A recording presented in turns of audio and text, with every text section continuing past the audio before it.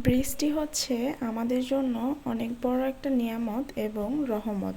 কিন্তু মাঝে মাঝে এই বৃষ্টির জন্য আমরা কিন্তু বিপদে পড়ে যাই। আজকে আমার সাথে ঠিক তাই ঘটেছে। সকাল সকাল উঠেই এক গ্লাস পানি দিয়েই দিনটাকে শুরু করে নিলাম। দেখো আমি কিন্তু এখানে সুন্দর করে এক গ্লাস পানি খেয়ে নিয়েছি। এখন এতগুলো কাপড় আমি সুন্দর একটা দিন দেখেই কিন্তু ভিজিয়ে নিয়েছিলাম।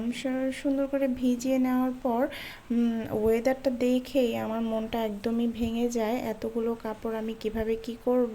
সকালে উঠে তো রোদ দেখেছি, তবে হঠাৎ করেই কেন জানি দিনটা একদম অন্ধকার হয়ে আসলো। এখানে আমি সকালের জন্য একটু নাস্তা করে নিচ্ছিলাম। কাপড়গুলো ভিজিয়ে নেওয়ার পর নাস্তা করার জন্য আমি ডিমটা সেদ্ধ করে নিচ্ছি, যাতে মেয়ে আর আমি নাস্তাটা করে নিতে পারি। এখানে দেখো ওয়েদারটা খুব সুন্দর ছিল, কিন্তু হঠাৎ করেই ঝিরিঝিরি বৃষ্টি পড়ছে, কিন্তু এখনও আমি কাপড় ধুইনি।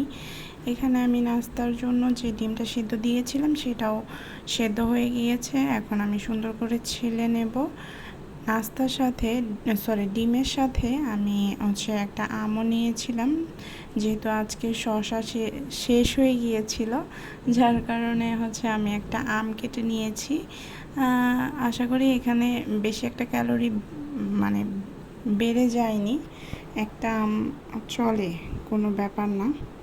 সারাদিনে একটা আম খাওয়া যায়, তাই আমি সকালেই একটা আম নিয়ে নিয়েছিলাম। এখানে দেখো আমি কিন্তু কাপড়গুলো ধুয়েও নিয়েছি। এখন যাচ্ছি নাড়তে। নেড়ে টেড়ে এখানে আমি দুপুরের খাবারটা সেরে নিচ্ছিলাম। খুব অল্প একটু ভাত নিয়েছি, ছোট একটা বাটি দিয়ে মেপে, সাথে মাছ, ডাল আর শশা নিয়েছিলাম। একটা শশাই ছিল, যার কারণে আমি দুপুরে নিয়েছি। এখন দেখো আমি খাবার খেয়ে প্লেটগুলো ধুয়ে নিচ্ছিলাম। এগুলো করার পরেও আমার অনেক কাজ আছে, তার জন্য খুব দ্রুতই আমি সব কিছু একদম কমপ্লিট করে নিচ্ছিলাম।